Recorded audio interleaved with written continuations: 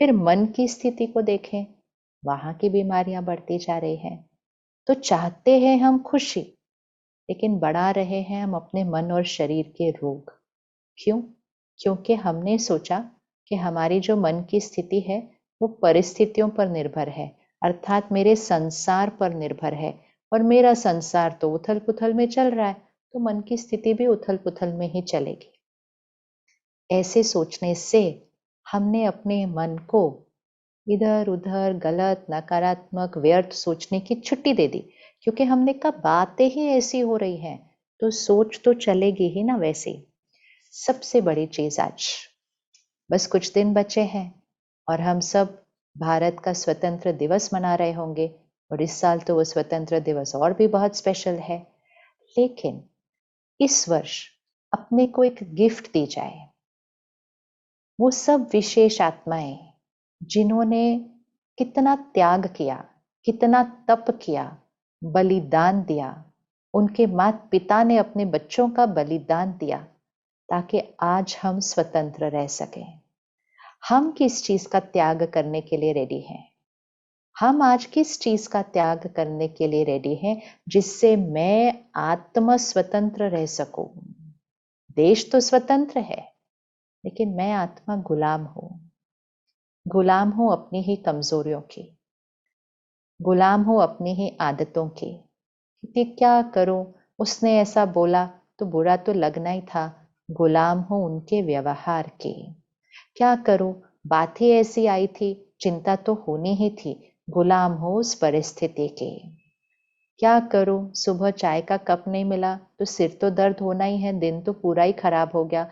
गुलाम हूं एक चाय के कप के। उन्होंने अपना जीवन दे दिया हमें आजादी देने के लिए, और हम गुलाम बने तो किस चीज के बने?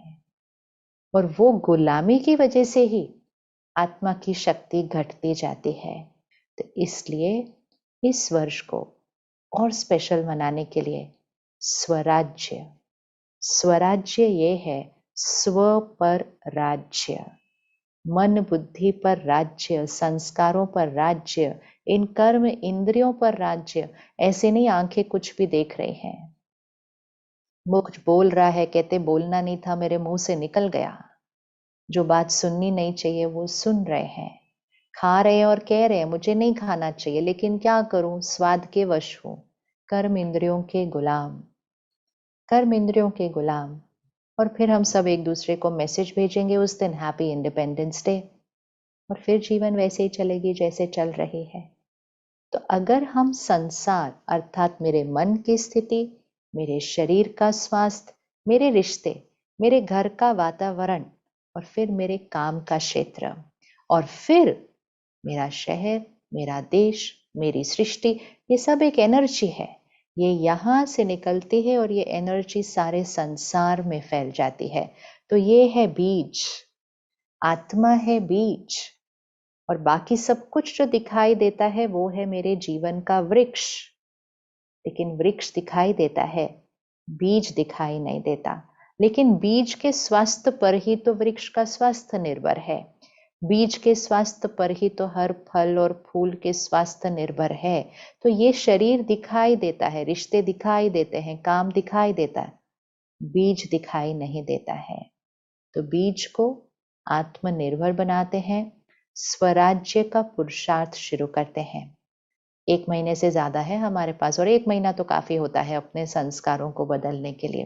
तो सबसे पहली चीज आज, फर्स्ट स्टेप, अपनी भाषा को बदलते हैं। क्योंकि हमारा सपना क्या है? खुशी चाहिए, स्वास्थ्य चाहिए, प्यारे रिश्ते चाहिए, काम में सफलता चाहिए, और सुंदर वातावरण, देश और दुनिया चाहिए रहने के लिए। यही तो हमारा सपना है, वो बनेगा यहाँ से।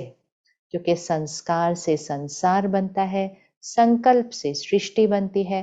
तो थोड़ा सा छोटा सा तो पुरुषार्थ करना है और महान परिवर्तन इस दुनिया में आ जाएगा। तो सबसे पहला पुरुषार्थ, अपनी भाषा का परिवर्तन, अर्थात अपने सोचने के तरीके का और बात करने का तरीके का परिवर्तन। क्या परिवर्तन करना है? कोई भी बात आएगी, बातें तो आती रहेंगी सारा दिन, है ना? चाहे परिस्थिति के रूप में, चाहे व्यक्ति के व्यवहार के रूप में। अलग अलग लोग अलग अलग संस्कार, अलग अलग व्यवहार, वो तो होता ही रहना है। अब मुझे क्या करना है? मुझे स्वराज्य वाला जीवन जीना है, गुलामी वाला नहीं, गुलामी वाला नहीं। अब उसके लिए मुझे क्या पुरुषार्थ करना है कि कोई भी बात आएगी, कोई भी व्यवहार आएगा, मुझे सिर्फ ये याद रखना है कि ये बात है, ये इनका संस्कार है, मेरी सोच, मेरा बोल, मेरा व्यवहार, वो मेरी चॉइस है, मेरा संस्कार है। आज हम गुलामी अर्थात हम कहते बात ऐसी थी इसलिए मैं ऐसा, उन्होंने ऐसा किया इसलिए मैं ऐसा। हमारी मन की स्थिति, परिस्थिति और व्यक्ति के व्यवहार पर निर्भर नहीं होती है। ये रोज सवेरे, शाम, रात और दिन में कई बार अपने आप को याद दिलाना है। जब भी मन कहे उनकी वजह से, तो उनको कहना, मन को कहना, वो जो कर रहे हैं उसका प्रभाव उन पर पड़ेगा, मैं जो सोचूंगी वो प्रभाव मेरे पर पड़ेगा। सामने वाला कुछ भी करे, हमारे पास शक्ति है कि हम उनके लिए कैसा सोचेंगे।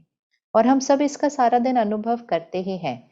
एक घर में 4 लोगों का परिवार है, कोई बात आती है उस घर के अंदर, परिवार का एक सदस्य कहता है ओहो कितनी बड़ी बात आ गई है, दूसरा कहता है इट्स ओके छोटी सी बात है, तीसरा कहता है इसमें क्या बात है, ये बातें तो होती रहती हैं। बात तो वो ही है, लेकिन घर के हर सदस्य का उस बात के प्रति नजरिया वो किस पर निर्भर है? आत्मिक शक्ति। जिसकी शक्ति कम होगी वो कहेगा ओहो इतनी बड़ी बात आई है, जिसकी शक्ति ज्यादा होगी कहेगा ये तो छोटी सी बातें आती रहती है, क्रॉस हो जाएगी। तो बात का कोई साइज नहीं होता है, आत्मिक स्थिति की शक्ति के ऊपर डिपेंड करता है। तो शक्ति को बढ़ाना शुरू करना है। शक्ति को बढ़ाने के लिए उसकी वजह से, इनकी वजह से, उसकी वजह से अपनी शक्ति दूसरों को नहीं देनी है कि उसकी वजह से मेरा मूड खराब हो गया, उसने ऐसा बोला तो मुझे गुस्सा आ गया, उसने मुझे गुस्सा दिला दिया, उसने मुझे दुख दे दिया। कोई नहीं दे सकता है हमें। वो यहाँ खड़े होकर गलत बोल सकते हैं, गलत व्यवहार कर सकते हैं, वो तो उनका संस्कार, लेकिन वो मेरे मन के अंदर कोई नहीं घुस सकता है। कोई यहाँ घुस के मुझे चिंता, दुख, दर्द, गुस्सा नहीं दिला सकता है।